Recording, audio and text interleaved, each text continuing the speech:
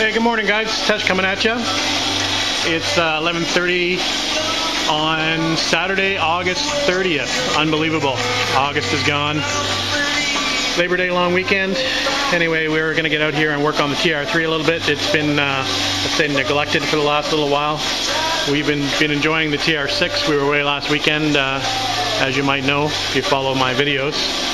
Had a good weekend in Ellicottville, New York. Been traveling a little bit more this week, so happy to be back home and out in the garage. So what we're going to do today, like I said, we'll get back on the TR3, and what we're going to do is pull this fender off, and we're going to do the undercoating on the inside of this fender. I also need to do the passenger side, but the driver's side is as good a place to start as anything. So we'll pull that fender off and we'll get the undercoating on that. I just had it on there just to do a fit check, and it seems to be fitting okay. So we'll undo the bolts that I've got on there temporarily, and we'll get to painting the inside of that. One thing I did forget to mention is that I did get my stripe kit in finally for the car, and I just taped a little small section of it here on the car so you can see what it's going to look like. So it's a 7-inch stripe, or 7-inch middle stripe and 1/4-inch pins on the outside. So it's flat black. It's a 3M vinyl stripe, so should be good for 7 years or so, depending on you know, how much you keep the car outside and that type of thing, and how much it's in the sun. So I'm figuring I'll probably get about 10 years out of it at least, since this car will not be driven, you know, that often. It's not going to be a daily driver or anything like that. It'll get driven, but it's not going to be out in the sun for extended periods of time. So that should work out okay. So of course I'll have to take the gas cap off and the all the hardware again to put that stripe on, but just thought I'd give you a quick shot of that. I wanted to get it because I wanted to do this front section up here, right here, so I can actually get this front capping fixed on the dash. So I needed to do that so I could lay that stripe underneath here. So that's really what I wanted to bring that out fairly quickly, because I want to get moving on this front part of the car. Anyway, we'll get back to the fender. We're going to do that undercoating. Like I said, we'll sand down the inside of this, and then we'll get the undercoating out, and we'll give that a quick couple coats. All right, guys. First coat's done.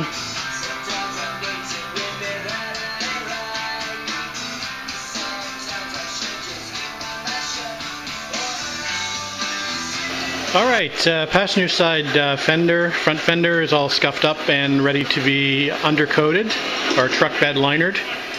So we're going to go ahead and do that. We got the ball game on in the garage. We've got a nice afternoon out here. It's about just under 80 degrees Fahrenheit, so it's about 27 degrees Celsius, somewhere around there, and just coming up to 2:15. So we'll get on with it. We got the other one sitting there out in the grass in the sun drying, so that's in good shape. And we'll finish this off and we'll put it outside with that one. All right, the insides of the fenders are done, so we'll let those dry in the sun. So those should be protected for another few years anyway. God help the guy that takes apart this car the next time. He's going to have fun getting all this stuff off. Anyway, we'll move on to the next project, whatever that is. So what's the odds that oven actually works over there? I could probably use it to powder coat something in my garage. Looks like the sign on it says working. Now I'm not sure whether that's just a microwave on top or the actual oven's working as well. I could probably stick it somewhere in the corner of the garage. Hey guys, Tush coming back at you. Just about 8 o'clock, and just wanted to give you a quick update before we go indoors for tonight. So I've got the fenders back on. The undercoating is done, obviously, on the inside, and just fit some of the fasteners in loosely. I'm going to have to take the fender off again. As you can see, I've put the fender beading in both the driver's side and the passenger side. The only thing is there's a couple screws that I actually need to be able to drill. There's one here, and there's one further inside here. So the fender's going to have to come off for me to be able to drill that and to put the little set screws or little screws in there. But anyway, the beading looks not too bad. It's not obviously on the front yet because the apron goes on the front and the fender's just bolted on loosely, but it's taken up quite a bit of that gap there. It's not too bad. It's going to pull in a little bit more because I've got a bolt that comes through the inside to pull that fender a little tighter. It's not perfect, but it's not too bad. It's much better than it was. So again, I'm going to have to pull this fender off because another bolt in our little screw that's got to get put into this location here, so that's got to be drilled as well. So those fenders will come off again, hopefully for the last time, and then we'll secure them permanently. So that's it for tonight, guys. That's just a quick update, and we'll get back out here tomorrow. Have a good night. Hey guys, one more thing before I go in for the night.